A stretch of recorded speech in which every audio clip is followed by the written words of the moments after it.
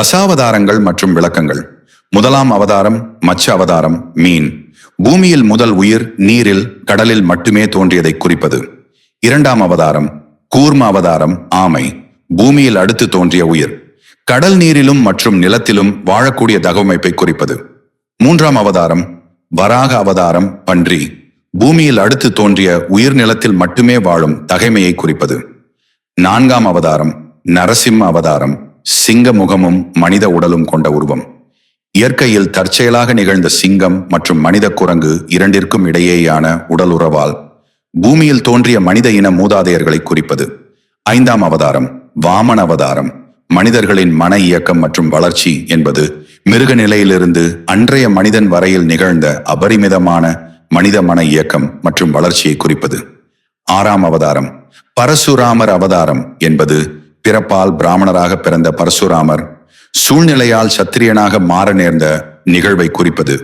பொதுவாக இந்து சமயத்தில் வர்ணாசிரம தர்மம் அதுவரையில் ஒருவரின் பிறப்பால் நிகழ்வதாக நம்பப்பட்டது.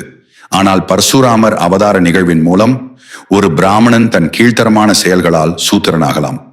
ஏழாம் அவதாரம் ராமாவதாரம், ஏக பத்தினி விரதன்.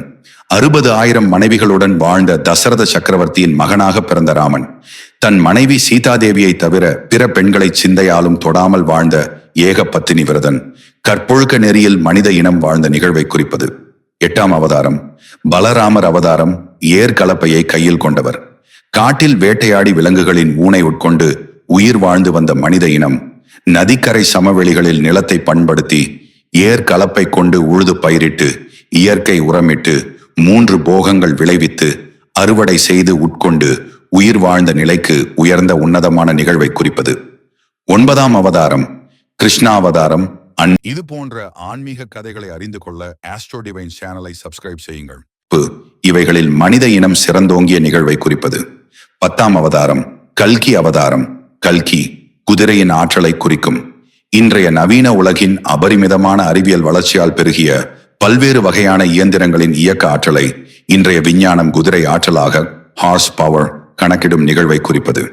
இது போன்ற ஆன்மீக கதைகளை அறிந்து கொள்ள ஆஸ்ட்ரோ டிவைன் சேனலை சப்ஸ்கிரைப் செய்யுங்கள்.